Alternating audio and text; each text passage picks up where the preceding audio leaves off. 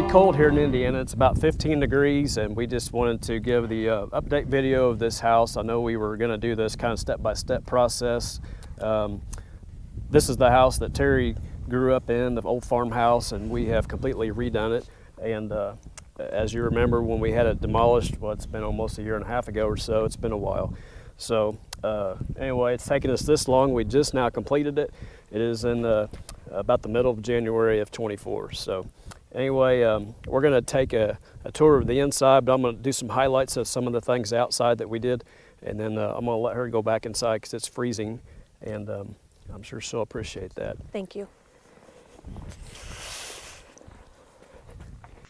A couple things that we wanted to highlight on the outside was the fact that we used Certainty vertical sidings, the board and batten look, as well as we changed the roof pitch from the kind of like the barn shed roof style to a 612, and also used the metal G-rib roofing. In the old house, there was a lot of cedar lined up through the entire house, mostly the front section of the house that had a lot of eastern cedar.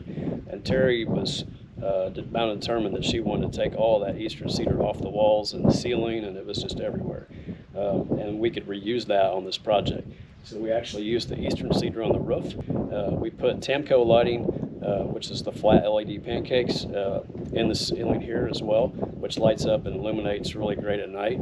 Everything on the outside, as far as the pancake lights go, are the 4-inch. On the back side of the house, we have a photocell controller that will actually operate all the LEDs. Everything is on a switch. So the back side of the house is on a switch, the porch is on a switch, and the front side of the house is on a switch. So we can control these lights at night at any point we want, but everything is operated through this photocell controller, which is really nice. That way, if the lights did get left on, they're going to turn off in the morning. So nice little feature, and kind of thought that through because I have used photocell controllers on just about all my buildings in the back into our house. Again, just the board and batten vertical siding. It's a great siding. A little bit of the extra work that has to go along with it, but I think it looks great. Terry and I will now take you inside and give you a tour. So we are inside the house. We're actually in the living room area, and one of the things that we wanted to make mention of was all the cedar that Terry did pull off the walls in the old house. We were able to utilize that throughout the house on every window. So we ripped all those down. They were actually like a 1x8, kind of like I'm not going to call it shiplap. Yeah, it's like shiplap.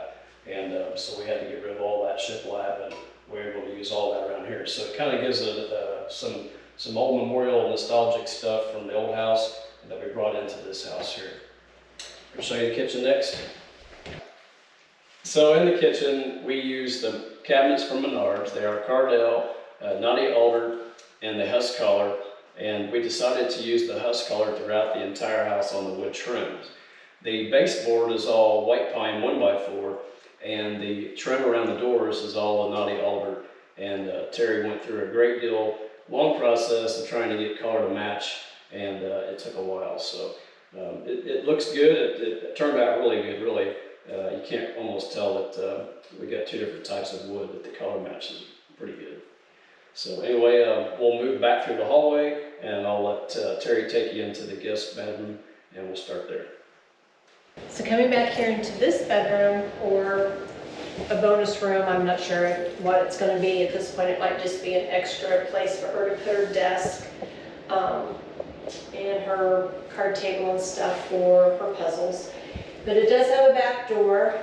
So on this other wall, we have a closet space. We went with a bifold door and put it on barn track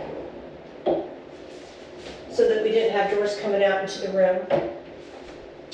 And then we just did a fabricated, pre-made shelving system to try to utilize the space in the closet for storage and stuff, as she is limited on space in this tiny home.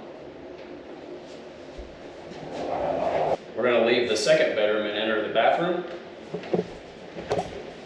Here in the bathroom, we made this as much as wheelchair accessible as possible throughout the entire house. All the doors are 36-inch, as well as the access into here, the shower. You can actually even just use a seat if you needed to, but we can't get a wheelchair in here. We bought the cabinet. This is a 42-inch cabinet that we bought from Home Depot. We didn't like the countertop, so we actually changed it to the granite countertop, which is the same as that's in the kitchen. And then we have a little linen closet right here, small 3-shelf linen closet. And then we still utilize on this transom window the cedar that was throughout the rest of the old house. So here we have the shower, which is all porcelain material. We have, it's all concrete floor. And then we use grab handles for, in case for loss of balance and whatnot, we use that here, as well as the slide bar. A lot of the slide bars are not really meant to be used as a grab handle. They're just used to slide your wand up and down. And but this one here is actually, it's got backing in behind it, backer boards, that we can actually use in case she needs this for balance. This is a diverter valve, which goes either shower head, wand, both, or just in each individual.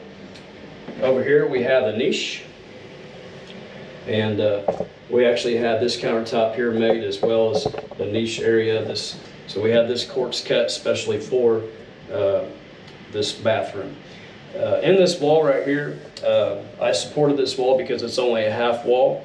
I actually fabricated and welded up some angle iron. It actually has the angle iron. It has a cap here, and then it's threaded rod from there to there, which kind of pulls that down and keeps this wall nice and sturdy, because we wanted to make sure that this was going to be sturdy and not have any cracks or anything in the seam at the corner. Next, we'll show you the master bedroom. So here in the master bedroom, it's probably a 13 by 15. It's not really huge, but it's just big enough, and for a single person, it'll work great. We also utilize the same barn door tracking system on the closet here as well, and the pre-built shelving. Now all these doors are the same, not the older, and there's our pre-built shelving that we have in the closet. We decided to use LED lighting. They're 36-inch bars, and which adds a lot of light, so you can we won't get any shadowing or blackouts in the closet. And everything is on a switch, so you can just turn it on and off. There is actually a plug-in on the wall up here to plug those in. So we could have direct wired them, but I thought the plug-in would be better because you never know when those lights might go bad and you have to change them out again. So anyway, all in all, the house project's completed. We just finished it. Move-in's next week, and we're hoping she's happy.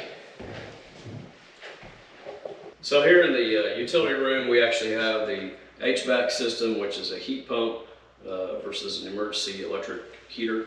We have the water heater as well as the water softener.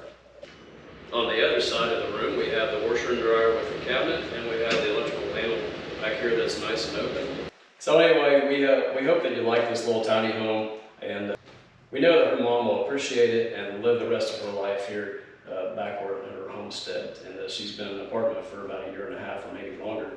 And so anyway, we'll see how it goes, and move is next week. And anyway, we're excited about it. It's a cute little place. A lot of work and time went into it. Say it was 980 square feet. 980 square. So anyway, hey, a big thank you to Turner Farms. My friend Ralph helped us do a lot of the project here as far as the framing goes, and he spent a lot of time here. So that, and the plumber was Jim Rakes. He did a phenomenal job. Like I said, it's kind of an old skill trade for the copper, and he did a really good job. So. Yep, it took a village to get where we're at, but it all came together.